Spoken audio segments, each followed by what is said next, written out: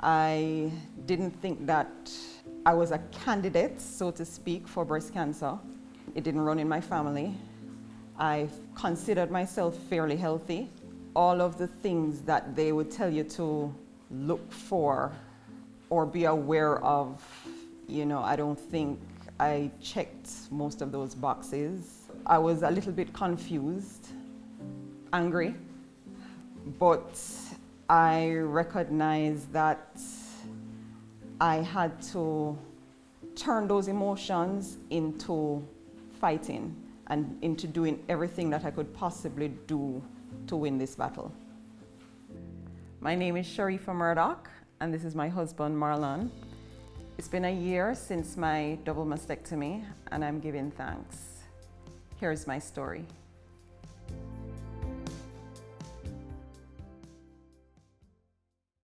My recovery journey actually wasn't too bad, and that's, I would say, simply because of the support system that I had. I had in tubes after my double mastectomy that had to be pumped on a regular basis, and my husband did that for me. Occasionally, one of my sons might chip in to help. Things I wasn't allowed to do, which, I was used to doing, cleaning the house. Everybody else rallied around to do that. My food was being cooked by my mother-in-law. So my support system definitely contributed greatly to how well my recovery went.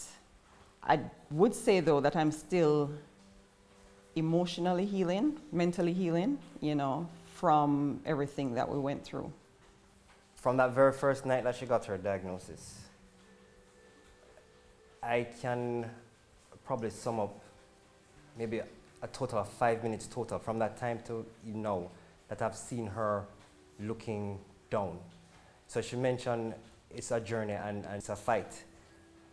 I've never picked up from her that it's a fight. To me, I think she knocked it out. That's what has given all of us around her the strength to help out where we can, to jump in where we can, because how she has dealt with it has given us confidence that, we can beat this thing, and we can beat this thing easily. I think the most surprising part of the process is recognizing that after surgery, it isn't over. I think prior to surgery, I had a date to look forward to, which was the date that the cancer would be removed from my body. And there was probably an expectation there that, after that, things will be good. So when you realize that your emotions, especially, are on a roller coaster, and now there is no end date to look forward to for this to be over. You're on a journey of not getting cancer again. Sudden diet change has been a little more difficult than I anticipated it being. And I do feel a sense of disappointment in myself because I would like to be there for her wholesomely, including all the foods that she's eating now. Because, you see somebody eating a burger beside you and you can't eat a burger, you kind of feel away.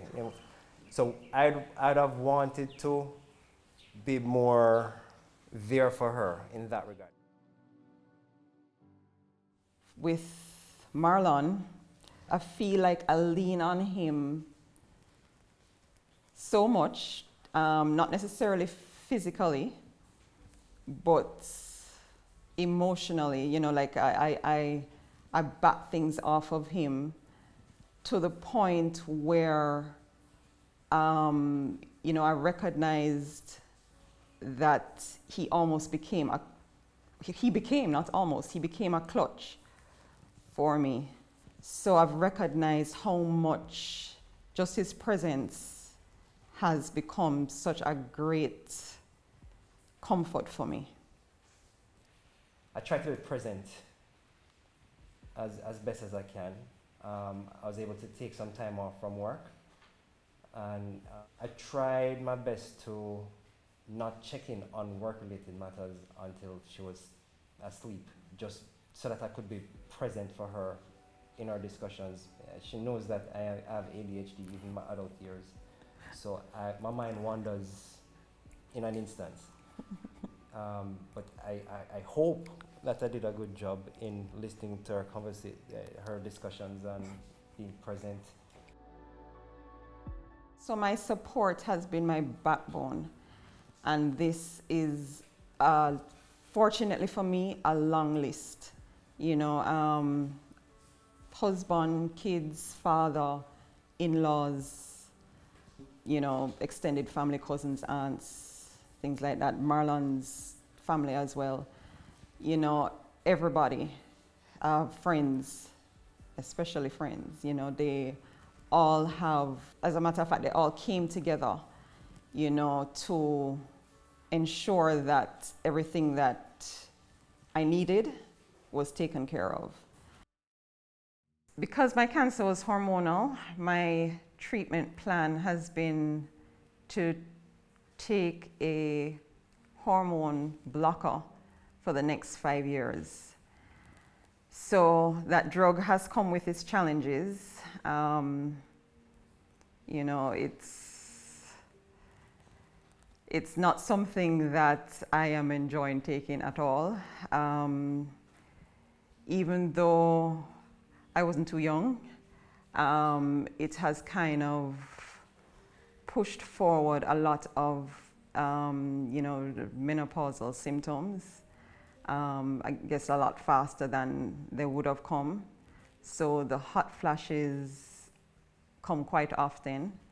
I've also gotten something called frozen shoulder since being on the medication, which I'm assuming that since they usually say that a lot of menopausal women do get frozen shoulder, I do believe that it is a part of, you know, the treatment.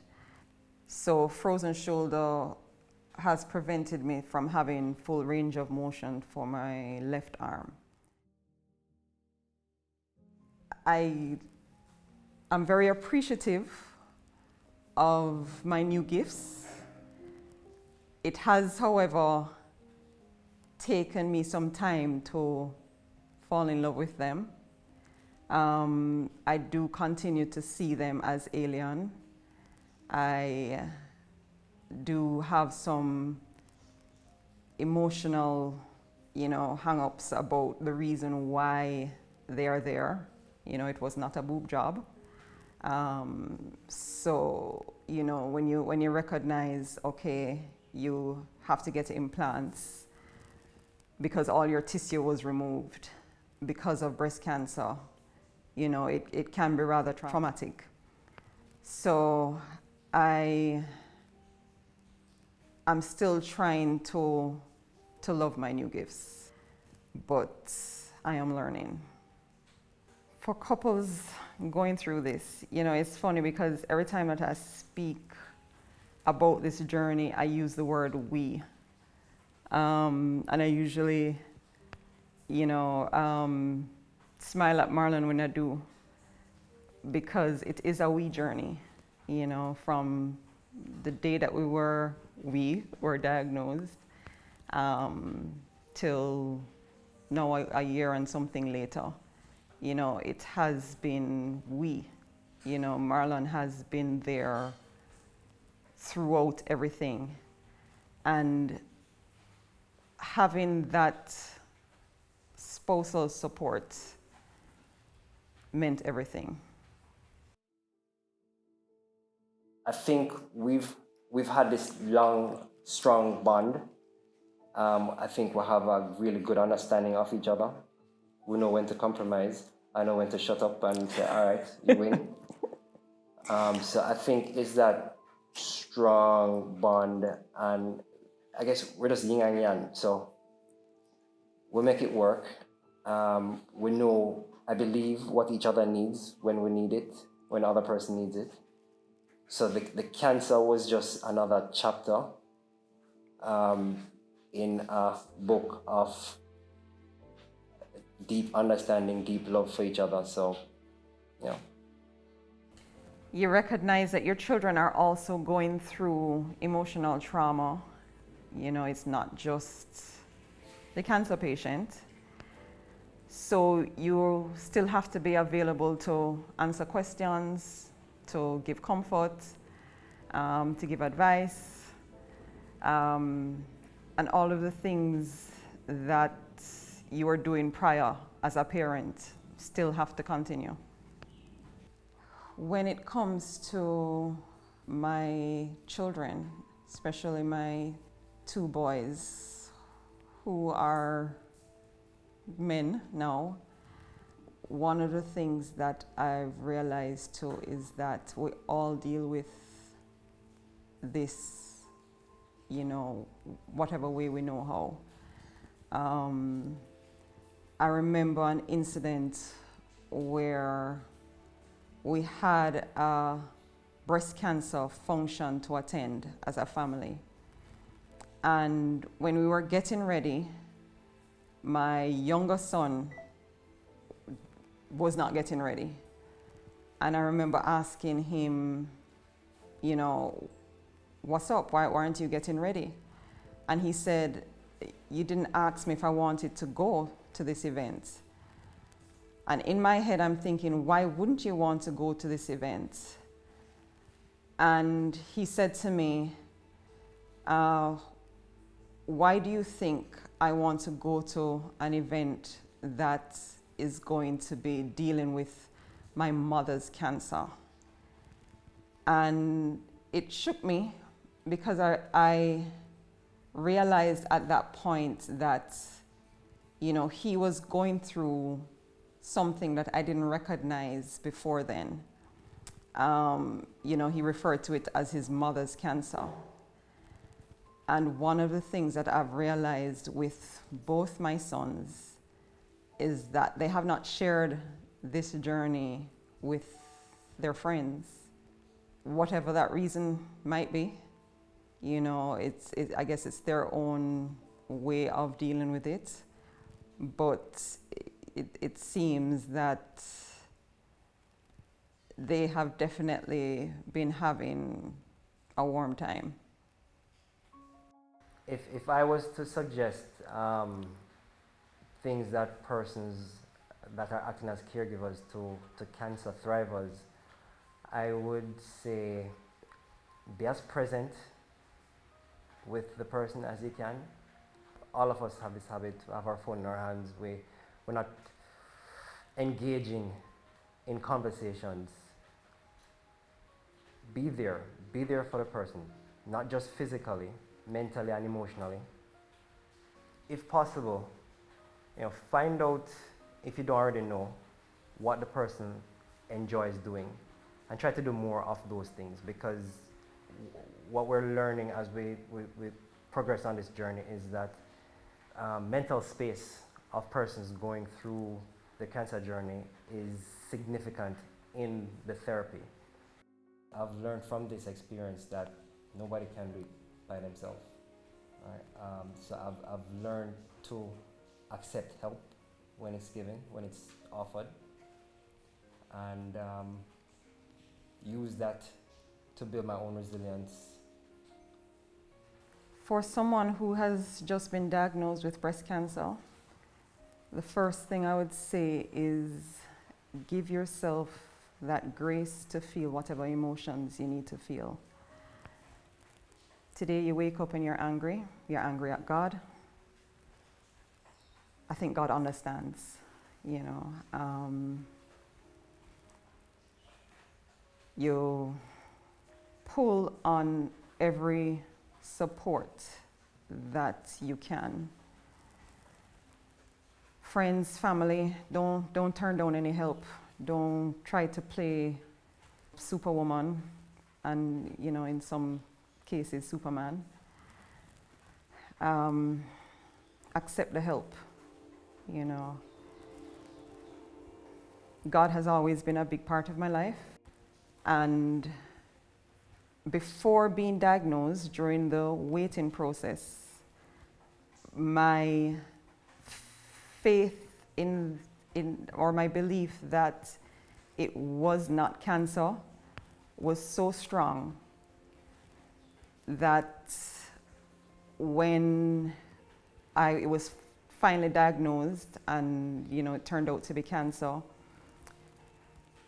I questioned how you're asked to have faith, but yet in having the faith, things didn't work out the way that I hoped. But then I recognized all the blessings throughout this journey. And that was very important for me, to pull on every significant milestone, every little thing that I found empowerment from. So if the doctor said to me, we did your test and the cancer has not spread, you rejoice in that. Also, speaking to other cancer thrivers was something that was very beneficial. One of the people who has been extremely very helpful for me throughout this journey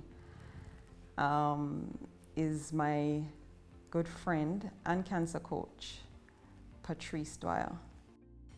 Patrice, I would usually tell people, if Patrice calls you and says, how you doing? You can't give her a simple answer as, I'm doing well, I'm fine, I'm okay. She needs depth.